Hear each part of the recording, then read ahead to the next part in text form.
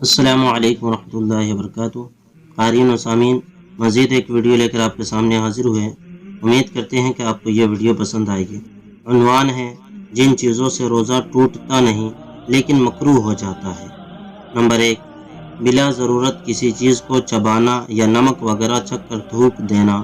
Tooth paste یا منجن وغیرہ سے دانت صاف کرنا بھی روزہ میں مکروہ ہے۔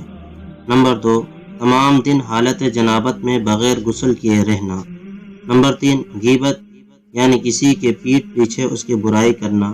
یہ ہر حال میں حرام ہے، روزہ میں اس کا گناہ اور بڑھ جاتا ہے۔ نمبر 4، روزہ میں لڑنا جھگڑنا، گالی دینا، خواہ انسان کو ہو یا کسی بے جان چیز کو یا جاندار کو، ان تمام چیزوں سے روزہ مکروہ ہو جاتا ہے۔ جزاک اللہ خیرا۔